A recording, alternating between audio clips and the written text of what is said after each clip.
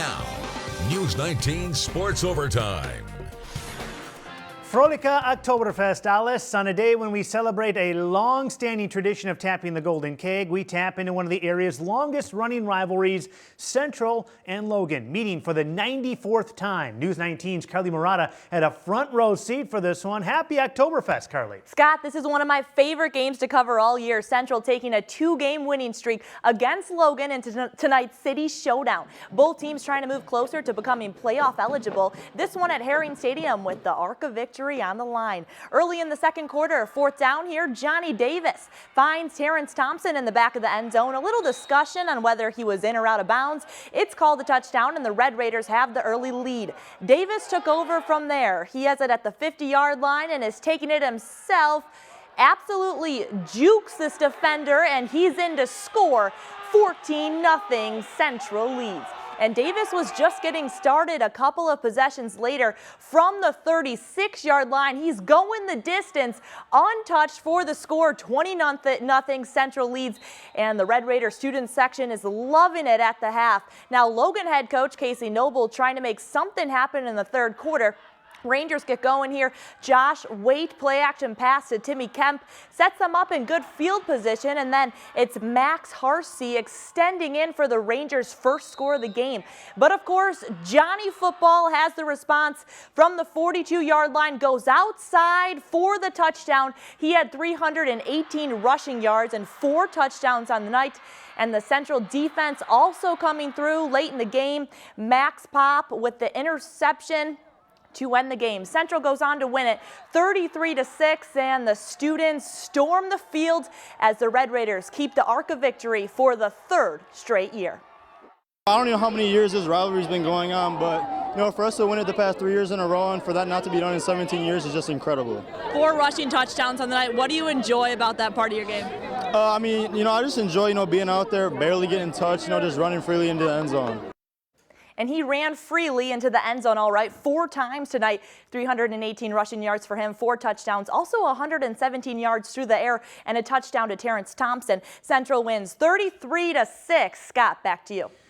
All right, thanks, Carly. The MVC title chase is set for another photo finish. With Holman playing a non-conference game tonight, Onalaska had a chance to join the Vikings atop the MVC with a win. Hilltoppers 4-1 overall, taking on Tomah. Opening drive in this one, Onalaska goes right to work. Austin Larson to the corner. Landon Peterson, a sensational catch. 26 yards, 6-0. Peterson, 172 yards receiving. Next possession, another quick strike. Larson to Hank Olson. Look at that juke move. And then there he goes down the near sideline, 57 yards for the touchdown. 13-0 Onalaska out in front. It's 20-0 Hilltoppers when Tomah gets a spark on the ensuing kickoff. And that's after a 4th down stop here with the T-Wolves taking it down to the 8-yard line. Nathan Lubinsky reading that one beautifully to end the drive. Lubinsky a workhorse on offense too. He gets the carry here and plows ahead for 10 yards. He had 102 yards rushing. Hilltoppers go on a long 90-yard drive. It ends like this. Larson to Olson, 7 yards for the score. 33-0 at the half. Anna wins large, 46-zip. Larson, 308 yards passing, 5 touchdowns. Sparta trying to bounce back from a loss to Onalaska last week. They were up 28-0 at the half against West Salem. Cole Wisniewski, the senior quarterback, running right up the middle. An easy 15-yard score to extend the lead to 35-0. And the QB gets some Gemütlichkeit from his teammates on this Oktoberfest weekend. Next drive, Panthers didn't go farewell here. Why? Because Wisniewski, an unbelievable one-handed grab and a return to the house, a pick 6. Sparta dominates West Salem. They win at 42-0. Back on the winning track are the Spartans. Well, Aquinas is enjoying a resurgent season. The Blue Golds entering the night 3-0 in the Southwest Athletic League and facing one of the state's perennial powers tonight, Darlington. An Aquinas win also makes them playoff eligible. Some high-stakes football at Logan. Second quarter, Aquinas up 6-0. Darlington with the ball. Braden Davis over the middle, but Michael Liam is there to make a one-handed interception, stopping the Redbirds' drive cold. Now in the third, Redbirds with it. Caden Rankin gets it on the sweep. He's going to take it 15 yards into the red zone. Darlington looking to punch it in, but a few plays later, Rankin gets the direct snap, takes up the middle. The ball pops free, and Blue Golds recover it, making another big stop in the red zone. Now, on the ensuing drive, Aquinas is going to be punting, but no, Gavin Wetzel, he's going to tuck it in, and he's going to pick up a first down to keep the drive alive. Same drive. And Wetzel dropping back, looking, heaves it downfield. Mason Viner, touchdown, 35 yards, 14-0 Aquinas. That would be the final, 14-0. The Blue Golds are playoff eligible. I'm so proud of our boys. That was a goal of theirs coming into this new league, and they thought we'd be able to play against schools that were our size, and they made it as a goal, I think, a long time ago. And I'm super proud of the kids.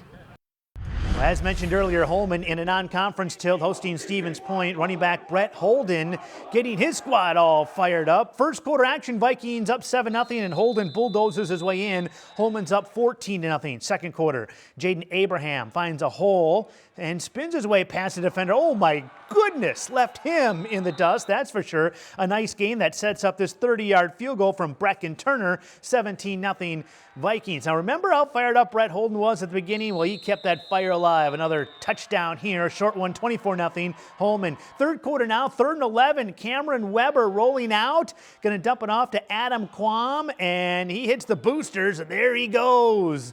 He's going to take it all the way down to the 2-yard line. That would set up Holden again. 4 touchdowns on the night.